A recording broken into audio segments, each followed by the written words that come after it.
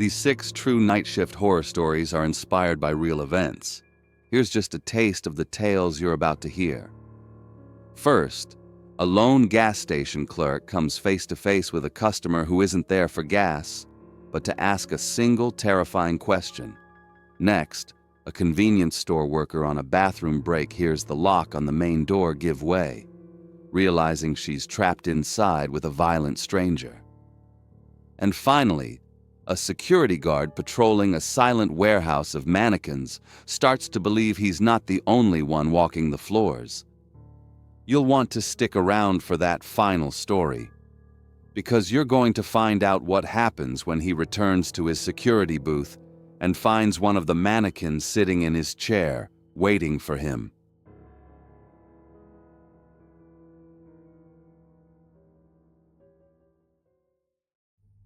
Humidity hung heavy in the Oklahoma night air, a thick and silent blanket. Inside the small Texaco station just off the highway, the air conditioner put up a weak, struggling fight. Above the coffee machine, the clock on the wall ticked loudly, each second a small, hollow click in the quiet. Arjun was on his own tonight. It was another normal, boring shift, the same as 100 others. The bell above the door chimed, and a young man walked in. Arjun looked up and gave a slight nod. The man, Kane, gave a slow nod back, his eyes lingering on Arjun for a beat too long before starting to wander around the store. He moved with a strange, deliberate calm, walking the aisles not like a customer, but like an animal methodically casing a territory. He picked up a bag of chips, studied the back with intense focus, and placed it back on the shelf, perfectly aligned with the edge. Arjun tried to go back to wiping the counter, but he could feel the man's presence in the small, quiet space. The silence, usually comfortable, now felt heavy and charged. After several long minutes that stretched into an uncomfortable eternity, Kane approached the counter, empty-handed. "Quiet night," he said.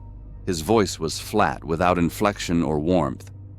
"They usually are," Arjun replied, forcing a polite smile that felt brittle on his face. Kane leaned against the counter, an act that should have been casual, but instead felt possessive, like he was claiming the space. "Do you ever get scared out here by yourself?" he asked.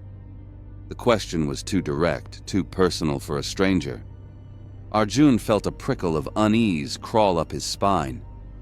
"It's a safe town," he said, keeping his voice steady. "Nowhere is safe," Kane stated, his gaze unblinking and intense. "A lot can happen in a place like this. So bright inside, so dark outside, a little island of light. Anyone could be watching from the dark." Arjun's hand stopped wiping the counter. He could hear the faint sound of a car pulling up to the pumps outside, a familiar noise that now sounded like an alarm. The feeling in the room had shifted from awkward to dangerous. Arjun felt like an animal that just realized it was in a cage with a predator who was in no hurry. "You have a family?" Kane asked, his head tilting slightly. "Someone who expects you home?" "I need you to either buy something or leave," Arjun said, his professionalism finally cracking. His heart was pounding a frantic rhythm against his ribs. Kane smiled, but it was a cold, empty thing that didn't reach his eyes. "I just want to know," he said softly, "if anyone is waiting for you." Arjun knew this was the point of no return. He reached slowly for the silent alarm button under the counter, but Kane saw the slight shift in his shoulders. In one fluid motion, he pulled a gun. "Don't," he said. A loud crack tore through the store, and a searing pain exploded in Arjun's shoulder. The force threw him back against the cigarette display, and he collapsed to the floor. Through a haze of pain, Arjun saw Kane lower the gun, his expression unchanged. He simply turned and walked out the door. Outside at pump number 3, A man named Oliver was filling up the family car. His daughter, Nova, was in the back. Oliver heard the sharp noise and glanced over just as Kane walked out, holding the gun. For a frozen second, Oliver's mind couldn't make sense of it. Then Kane turned and looked directly at their car. He raised the gun. Oliver heard himself shout his daughter's name as another crack ripped through the night and the driver's side window shattered. He threw himself over the seat to shield Nova as more bullets slammed into the car's metal frame. Then, the shooting stopped. Oliver looked up and saw Kane run, disappearing into the darkness. Detective Marcus Allen arrived at the scene to find 2 survivors of a single senseless rampage. In the hospital, he heard the same chilling detail from both Arjun and Nova. The man was smiling.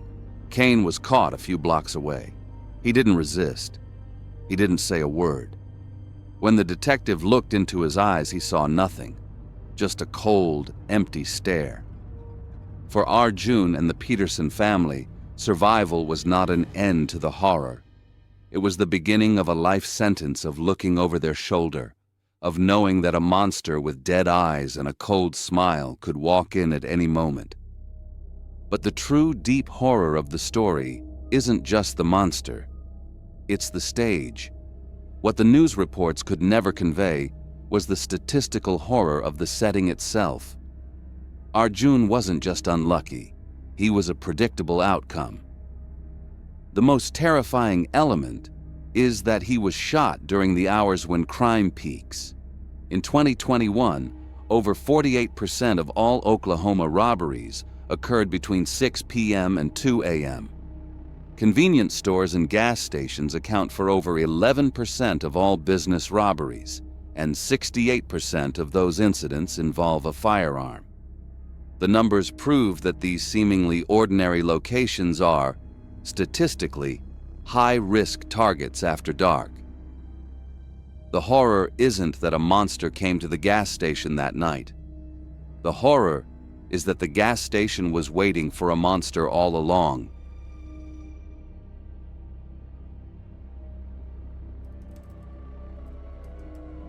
A 7-Eleven on a late shift has its own kind of quiet. It's not silence, not really. It's a collection of noises you learn to ignore. The soft buzz from the long coolers lining the wall, the gentle whoosh of the air conditioning kicking on and off. There's the crinkle of a chip bag from someone in aisle 3, or the little electronic chime when the glass door slides open. For Sadie, these were the sounds of another predictable Tuesday night in Mississippi, tucked inside a bright box of light while the rest of the world was dark. The clock on the wall showed it was well past midnight. The last customer, a trucker buying coffee, had left 10 minutes ago. The store was empty, and the highway outside was a black ribbon with no headlights in sight. It was a lull, a rare moment of total stillness. Sadie figured it was the best chance she'd get. She walked past the rows of bright candy, past the sticky, sweet smell of the Slurpee machine, and into the narrow employee hallway. The employee bathroom was just a tiny closet, maybe 5 feet by 3 feet. She stepped inside, locking the main door behind her before entering the single stall and sliding the small metal latch on its flimsy door. It was the one place in the building she could have a moment of genuine privacy. The sounds of the store were muffled back here. It was a small, quiet moment in the middle of a long, boring shift. She was sitting there when she heard the main bathroom door handle jiggle. She froze. It was probably just a new employee who didn't know she was in here. But then, there was a sharp pop as the cheap lock on the main door gave way. The door swung open. Her heart jumped. Through the crack at the bottom of the stall door, she saw a pair of worn-out work boots step inside. They weren't the shoes of any of her co-workers. Her mind raced. This is the employee restroom, she thought, but the words caught in her throat. Before she could shout, the man who had just broken in pulled the main door shut behind him. The sound it made wasn't just loud, it was final. It was the sound of a box being sealed. The solid chunk of the lock sliding into place echoed in the tiny room. And just like that, she was trapped. Trapped inside a stall, inside a locked bathroom with a stranger whose boots were the only thing she could see. The only thing she could hear was the ragged sound of his breathing on the other side of the stall door and the frantic, hammering beat of her own heart. The air in the room was thick and still. It tasted like dust and fear. She could smell the faint, sour odor of old cigarette smoke on his clothes. She strained her ears, listening for anything, any clue. But the silence from him was the most terrifying part. A predator doesn't need to make a sound when its prey is already in the trap. The attack started with a noise she would never forget. It wasn't a yell or a threat. It was a scrape, a low, gritty, scraping sound of metal against the wall. The sound of a tool being readied, a box cutter. The flimsy stall door offered no protection. He was on her before she could scream. He forced her down to the hard floor. The world became a storm of pain and confusion. His hands were strong, pinning her down, the cold, flat side of the blade pressed against her skin. This wasn't fast. It was methodical.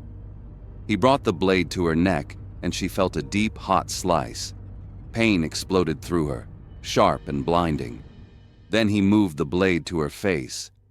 She felt a sickening pressure against her mouth, a sharp twist, and then a pop. It was a sound that she felt deep in her skull, the horrific, wet tearing of a tooth being ripped from its socket. The agony was a white-hot fire, a roaring in her ears that drowned out everything else. And then, as suddenly as it began, it stopped. The pressure was gone. The pain was still there, a raw, screaming thing, but the violence was over. In the darkness, she could hear his ragged breathing, fast and heavy. She lay on the floor, trying not to make a sound. The silence that followed was a new kind of torture. She heard him shift his weight. He stood up. Then she heard footsteps, not toward the door, but toward the sink. There was a loud squeak from the faucet handle, a sound so normal it was insane. Water splashed into the tiny basin. He was washing his hands, and he was talking. A low, rambling mumble. He wasn't talking to her. He was talking to himself or to someone who wasn't there. The words were a jumbled, crazy mess, but the tone was calm, almost casual. It was the most terrifying sound she had ever heard. The water shut off, the rough pull of a paper towel from the dispenser. Then, she heard his boots on the linoleum again, 2 steps toward the door. She heard the metallic click of the lock turning. He was unlocking the door. He was just leaving. The door creaked open, letting in a sliver of the hallway light, then swung shut with a soft click, and he was gone. Silence. A total and complete silence that was heavier and more terrifying than the violence itself. She was alone, bleeding, in agony, on the floor of a locked bathroom, but completely alone. For how long, she didn't know. Time seemed to stop. The only thing that existed was the throbbing of her injuries and the chilling reality that he was gone. There was no struggle, no dramatic capture. He had done what he wanted, washed his hands and walked away. Slowly, painfully, she pushed herself up. Every muscle screamed. She stumbled out of the stall and fumbled with the lock on the door, her hands shaking. She pushed it open and stepped back into the narrow hallway. Nothing. She walked back into the main store. The lights were still bright. The coolers were still buzzing. A bag of chips lay on the counter, where a customer had left it. Everything was exactly as it was, except for her. The world hadn't ended. It hadn't even noticed.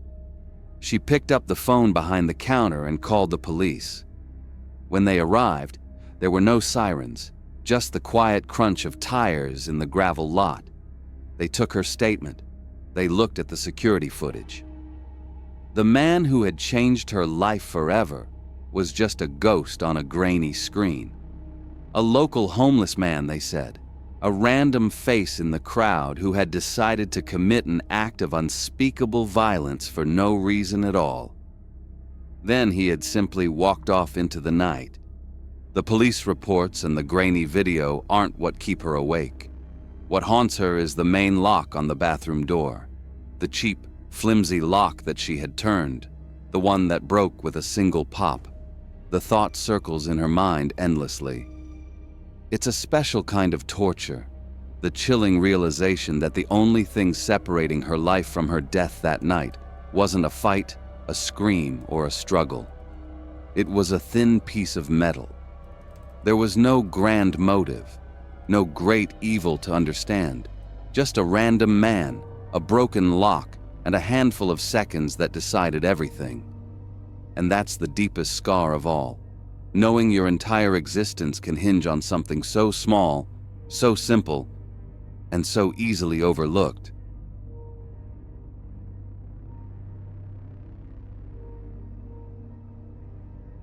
Night shifts at a gas station have a certain rhythm, especially back in 2014. In a quiet corner of Ohio, the BP was a little island of light in the dark. For Barbie, the 55-year-old woman working the counter, the night was measured in the clicks of the lottery machine and the soft rattle of a soda can dropping into its slot. These were the sounds of a normal, boring Tuesday. The air always smelled a little like stale coffee and window cleaner. Barbie was just thinking about getting home, maybe watching some late-night TV. That's all she wanted, right up until the moment the front door's little bell announced a customer. A young man walked in, maybe 28 years old. His name was Jeremy, but Barbie wouldn't know that. To her, he was just a figure in a simple dark hoodie that hid his face in shadow. He didn't wander the aisles. He walked a straight line to the counter, his steps even and sure. He didn't say a word, just slid a folded piece of notebook paper across the counter. It was crisp and clean. Barbie looked from the note to him, waiting. His voice finally came, and it was a low, steady rumble. There was no anger in it, no panic, just pure, solid intent.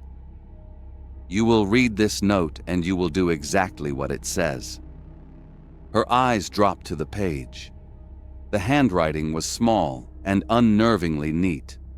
Her heart, which had been beating slow and steady moments before, started a frantic pounding rhythm against her ribs. The note told her to go to the storage room. It said a device was waiting. As she looked up, Jeremy leaned in just a little. "This is not a joke," he said, his voice a near whisper that cut through the sound of the coolers. "Don't even think about calling for help.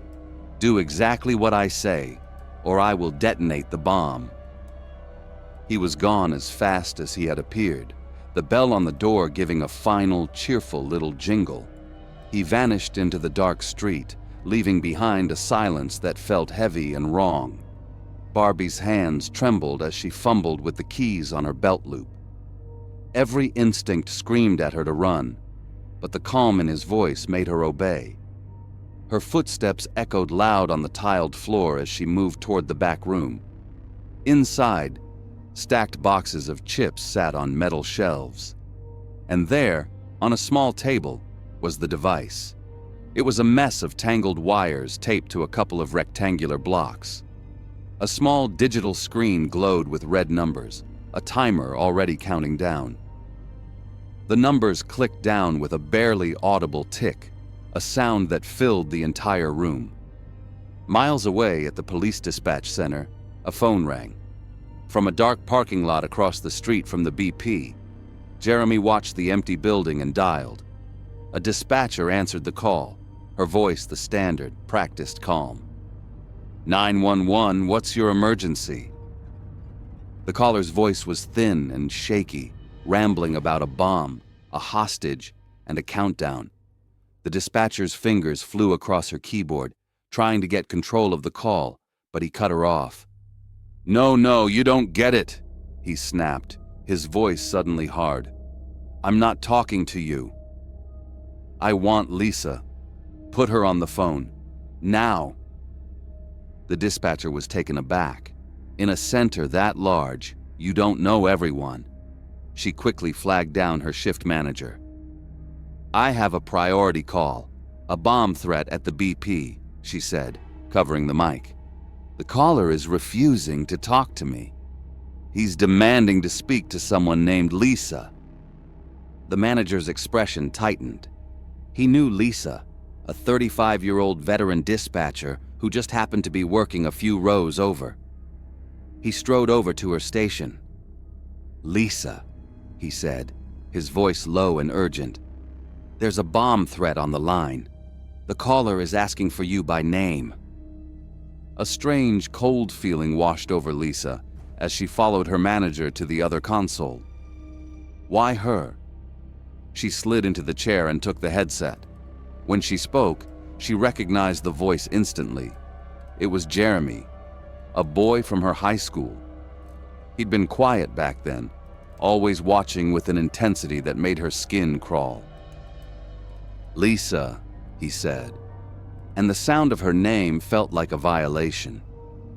He brought up a memory, something small from 10th grade that nobody else could possibly know. It was his way of telling her, I know you. I remember you. I'm doing this for you.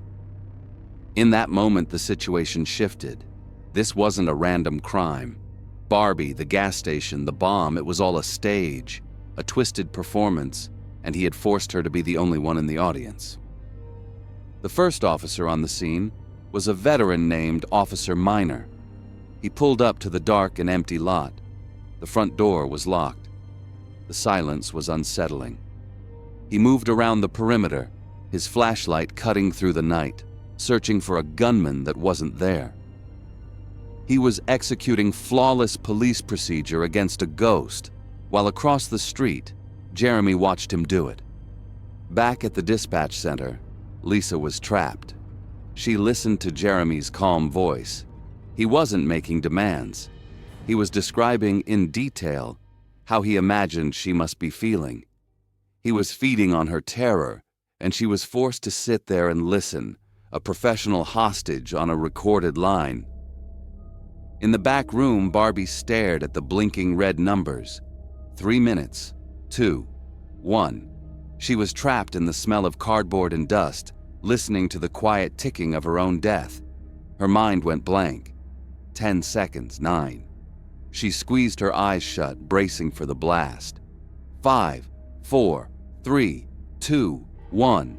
The timer hit 0. The red numbers vanished. And then, nothing. No sound, no explosion. Just a profound total silence. She opened her eyes. The device was a box of wires and plastic. It had all been a lie. A sick, cruel joke. The fear of death was replaced by the quiet, stinging humiliation of being terrorized by a toy. Officer Minor found her a few minutes later, curled on the floor, sobbing.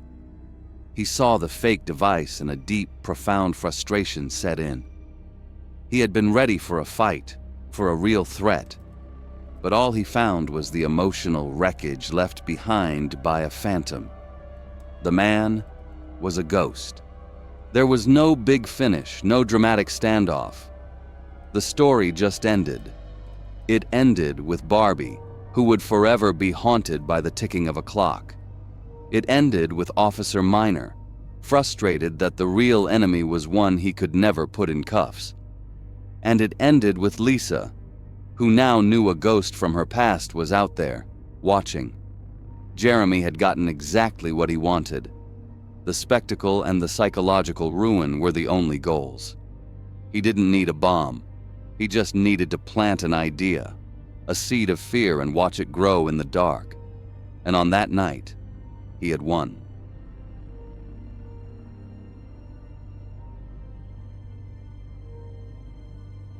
In the year 2022, Max was a man made of night shifts and stale coffee.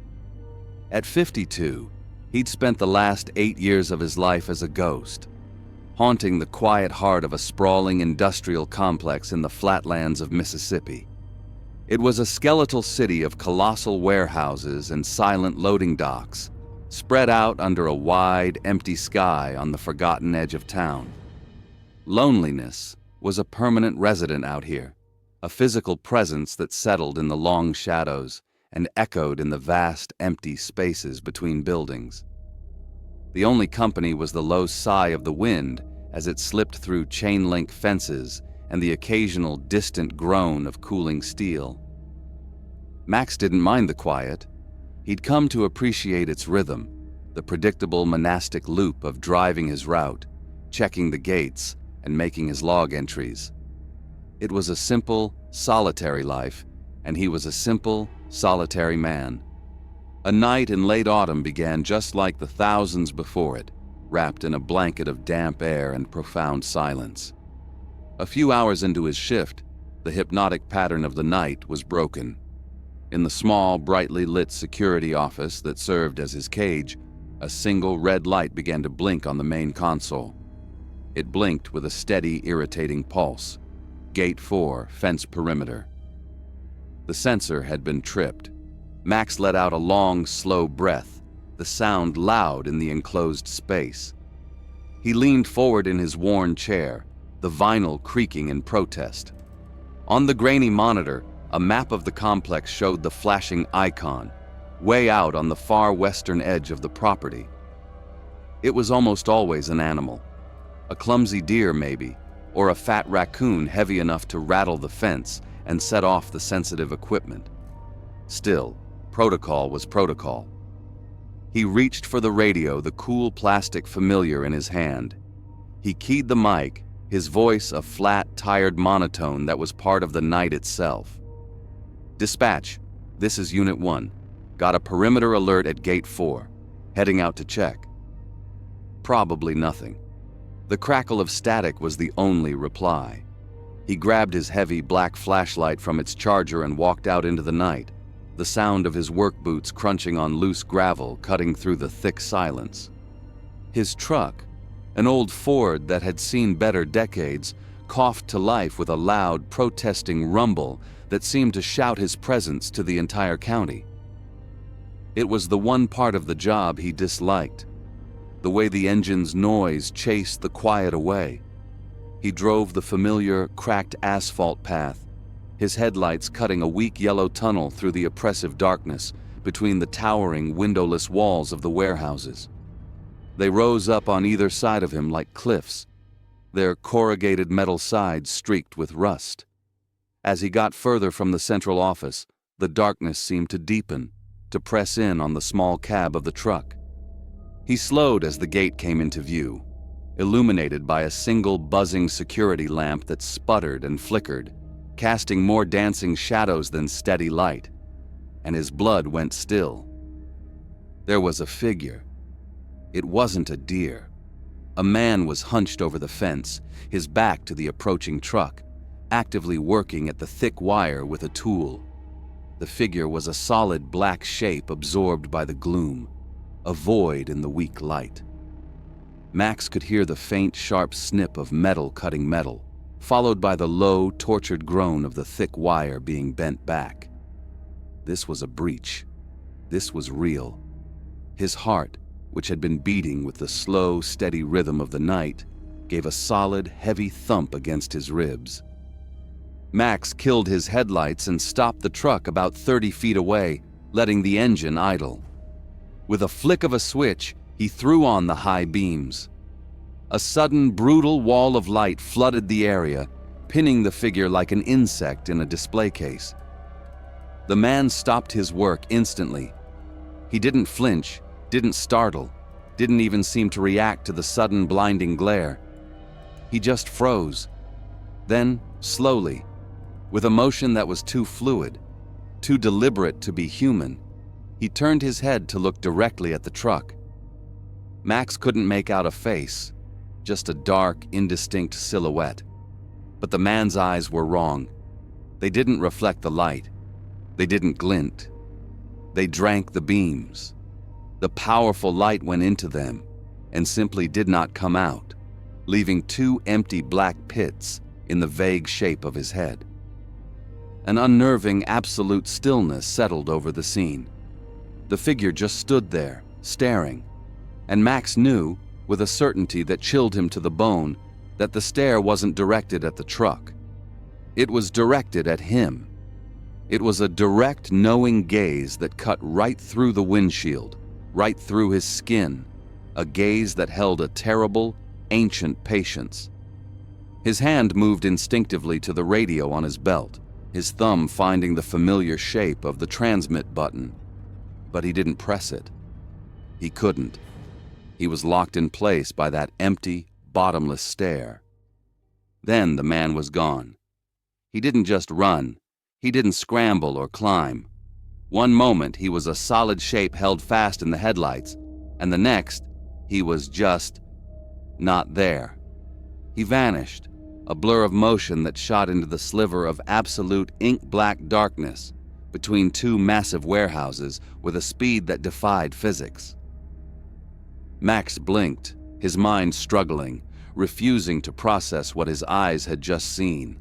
The sheer, raw impossibility of it sent a jolt of adrenaline through his body that was sharper and colder than fear. His heart was now a frantic drumbeat in his ears, a wild, panicked rhythm against the sudden, ringing silence. He finally remembered how to breathe, sucking in a ragged lungful of air.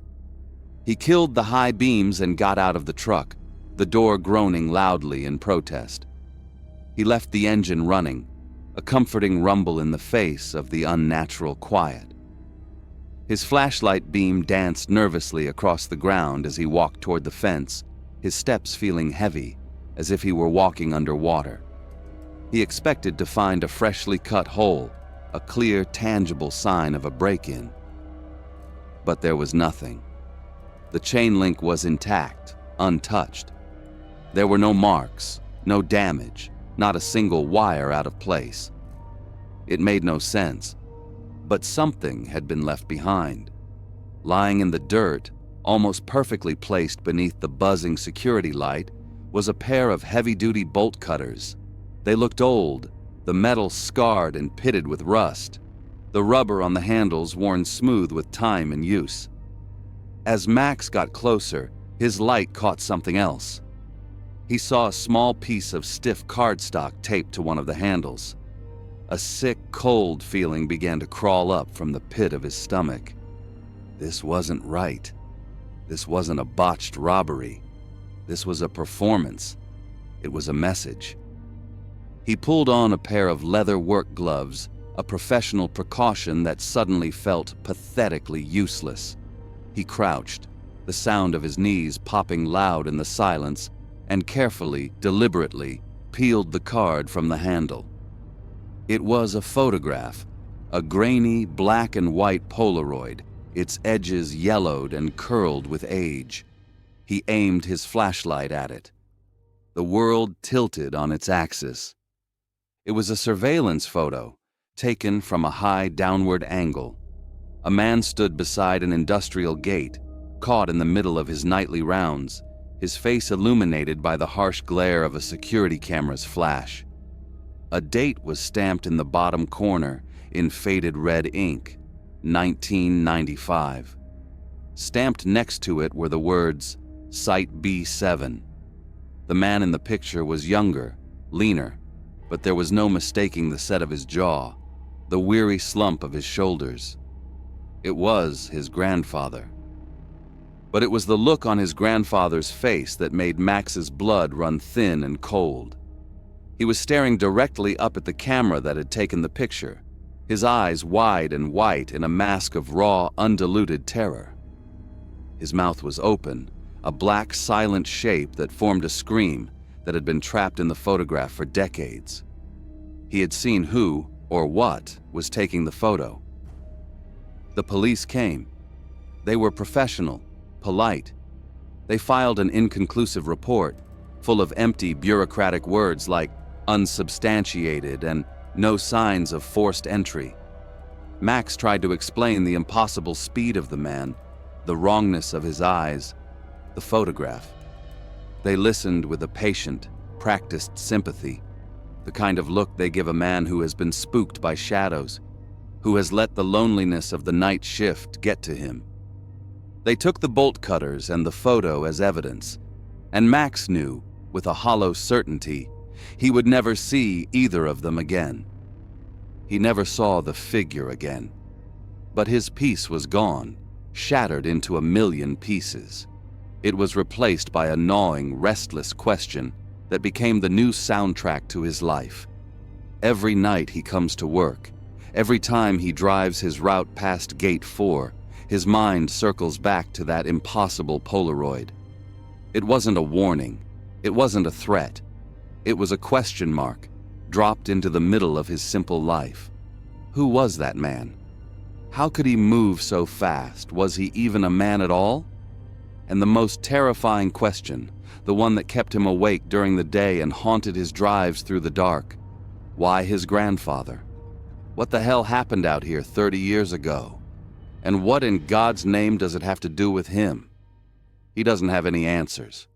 There's just the silence of the complex, the hum of his engine, and the chilling, maddening knowledge that someone or something knows him.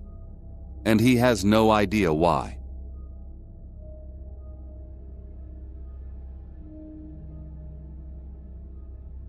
A job is supposed to make sense. You punch a clock, you do the work, you go home. Everything in its place, everything with a reason. Taylor believed in that foundation. As a security supervisor, her whole life was built on rules and solid facts. You lock a door, it stays locked. You clear a room, it stays empty. Simple. But at the sprawling fabrication plant where she worked, a place left behind by the modern world, she was about to learn that some things don't stay put, especially when they're dead and gone. The place wasn't just old, it was a fossil. A sprawling metal maze of rusting catwalks and silent machinery that hadn't felt a human touch in a generation. Walking the floors was like touring a dinosaur's graveyard. Most of the plant was a ghost town, dark and still, but a few sections near the loading docks were still alive. The rhythmic crash of active presses stamping out steel parts for newer, healthier factories somewhere far away. The sound never quite reached the dead zones. Taylor's job was supposed to be boring. She and her guards walked the floors, made sure the living stayed out, and that nothing was broken or stolen, and logged every detail, no matter how small, in a thick green book labeled Daily Safety Audit Log. It was a job of quiet and predictable routine.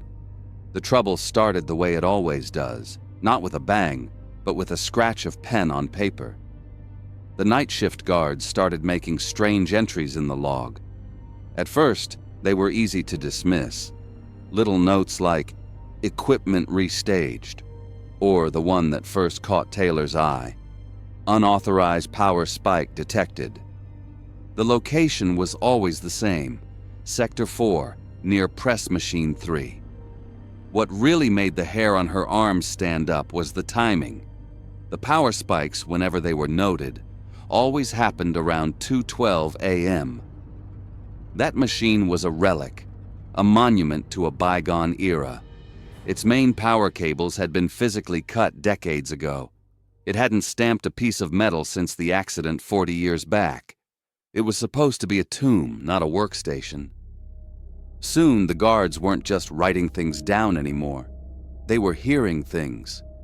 A young guard, Mike, a kid who was usually unflappable, came back from his rounds one night looking like he'd seen a ghost. His face was pale and slick with sweat. He told Taylor he was walking past Press Machine 3, the beam of his flashlight cutting a lonely path through the thick hanging dust, when he heard a loud metallic clang echo from right behind him.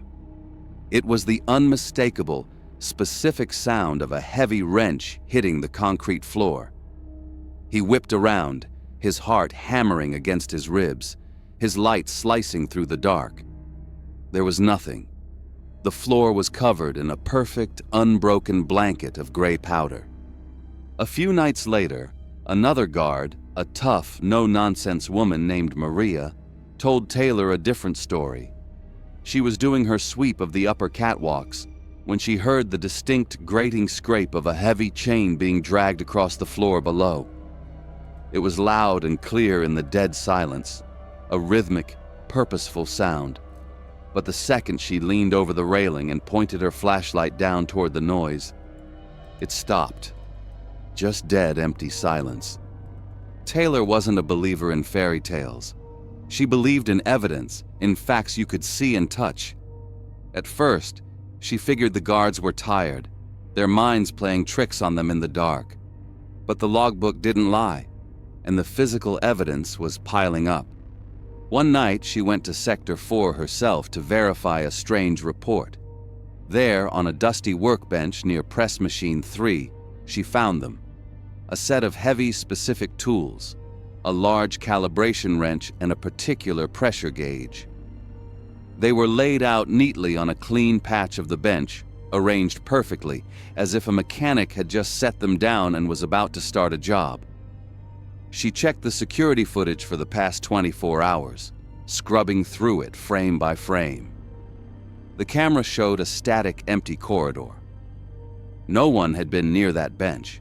The daily safety audit log was no longer a record of maintenance issues. It was becoming a record of the impossible. The more she read, the more a cold memory surfaced. She'd pulled the old files once, years ago, out of a morbid curiosity about the factory's history. She remembered the official faded document, OSHA Report, 1986-004. It clinically detailed the fatal structural collapse that had killed 3 workers right there: Joshua, Danielle, and Ashley. The report even listed the specific mechanical failure points on Press Machine 3. Taylor stood there in the silence of the plant, the pieces clicking together in her mind. The strange events, the specific tools left out, the sounds of work. They weren't random acts. Were they meant to scare anyone? Or were they just work? The thought began to take root in her mind, a cold and terrifying possibility that Joshua, Danielle, and Ashley were still trying to finish their shift. The real horror wasn't some monster jumping out of a dark corner. It was in the quiet, methodical, and unending nature of their phantom labor. It was in the chilling realization that they were just going to keep doing their jobs, punching a clock that no longer existed, over and over, for all of time. The living guards had, without realizing it, become part of their routine. They were the silent, unnerved witnesses to a work shift that could never, ever end. Their job was to observe, and the ghost's job was to work. One night, Taylor was doing the final rounds herself, a duty she usually delegated. It was late after 2 a.m., and the silence of the plant was a heavy blanket on the air. She found herself drawn to Sector 4, to Press Machine 3, needing to see it for herself one more time. She was checking the heavy padlocks on the surrounding safety cages when she smelled it. The scent was so sudden and so real it made her stop dead, her hand frozen on the cold metal of a lock. It was the sharp, greasy smell of old engine oil and the acrid, unmistakable stench of burnt wiring. It was the smell of a working factory floor from 40 years ago, a smell she'd only ever read about in the witness statements from that old OSHA report. It was a physical thing, an assault on her senses, a direct confirmation of something. She scanned the darkness, her flashlight beam cutting through the gloom, searching for any possible source. There was none. The smell was just there, hanging thick in the air around her, and then just as quickly as it had arrived, it was gone. A shiver ran down her spine, but it wasn't from the temperature of the cavernous room. It was from a sudden, absolute, and terrifying understanding. She wasn't just doing her job anymore. She felt like an intruder, like this was their workspace and her presence was an interruption, an interference with their final, desperate assignment. Her eyes were fixed on the massive, dark shape of the press machine, and for a split second, a single grimy red light on its main control panel flickered on, glowed a dull, angry crimson, and then went dark. It was the only light in the whole sector that had no business having power. In the crushing silence that followed that single silent flash, she heard it. The soft, final, echoing thud of a heavy wrench dropping onto concrete. Taylor didn't run. She turned deliberately and slowly and walked away, a new kind of dread sitting heavy and cold in her gut. The next morning, she went to the security office and reviewed the footage. The screen showed her standing there, alone in the dark for a full minute, and then turning and walking away. Nothing else. She opened the daily safety audit log to the current date. Under the entry for Press Machine 3, she picked up her pen. Her hand was steady. She wrote the same thing she'd been writing for weeks. Routine inspection. No irregularities. Maybe the real horror wasn't in what they saw or heard. Maybe it was in the silence that followed. It was in the shared, unspoken agreement to not quite believe what was happening, because believing it was too terrifying to consider. To just go on with their jobs, as if nothing was wrong, because what other choice was there? It didn't matter if they were ghosts or just echoes in a tired mind. The result was the same. The living and perhaps the dead, all working their shifts side by side in the darkness, trapped together in a place that had become a prison for them all. The work had to continue. And Taylor, the security supervisor, the one meant to keep things in order, had become just another part of it, with no way to clock out.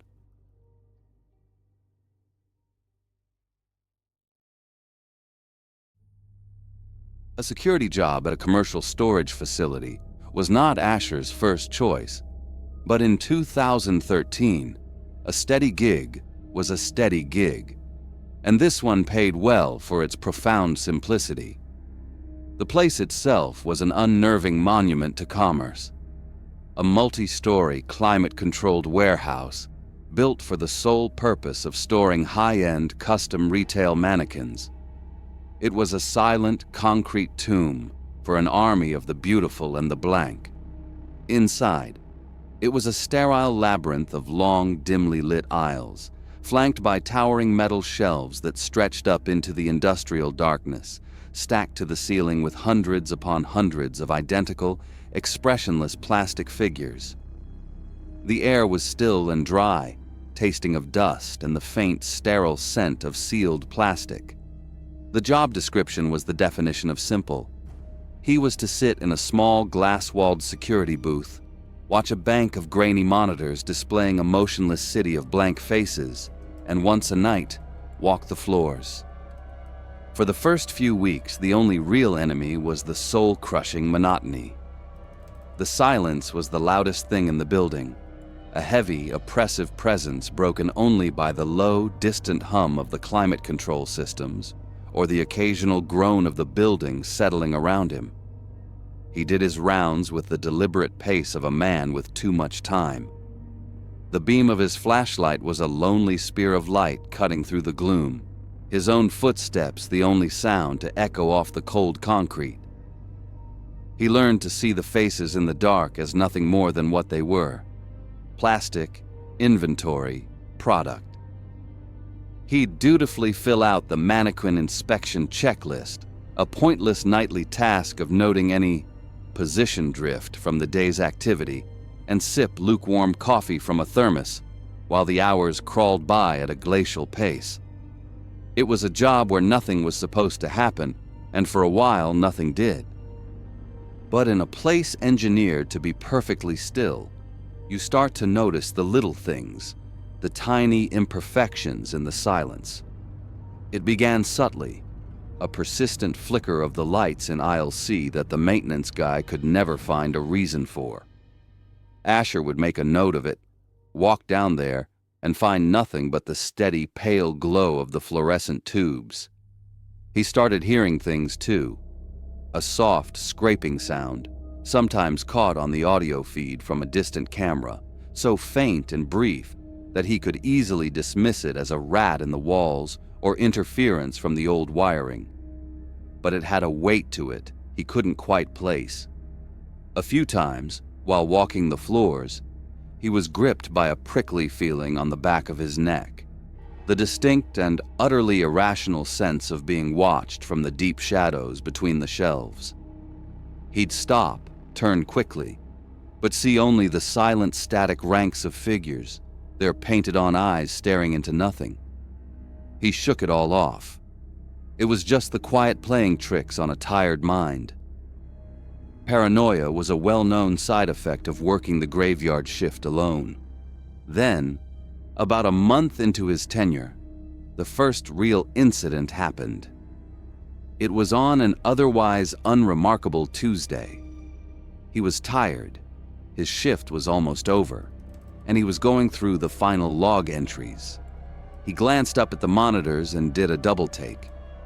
In the central aisle, the mannequin they called the bride, a pale figure in a tattered wedding dress, was supposed to be facing away from the camera. He knew its position by heart. But it wasn't. It was staring directly into the lens. His heart gave a hard, painful thump against his ribs. He immediately rewound the feed, but the low-quality footage just showed a meaningless blur during the low-light shift transition. A prank from the day shift. It had to be. He logged it as human error, but the image of that blank white face staring at him, singling him out, stuck in his mind. Weeks went by with nothing but silence. The memory of the staring mannequin began to fade, diluted by the overwhelming normalcy of the nights. He almost convinced himself he'd imagined the intensity of the moment. Then, it happened again. He was halfway through his rounds when he saw it. Down the long main aisle, 4 mannequins that had been randomly scattered across the floor were now arranged in a perfect, tight line, standing shoulder to shoulder and staring directly at the emergency exit door. This wasn't a simple prank. This was deliberate. This was an arrangement, a malicious and theatrical act of staging that was designed for him, and only him, to find. It felt deeply personal, like something was learning how to get under his skin, testing him, trying to maximize his psychological distress.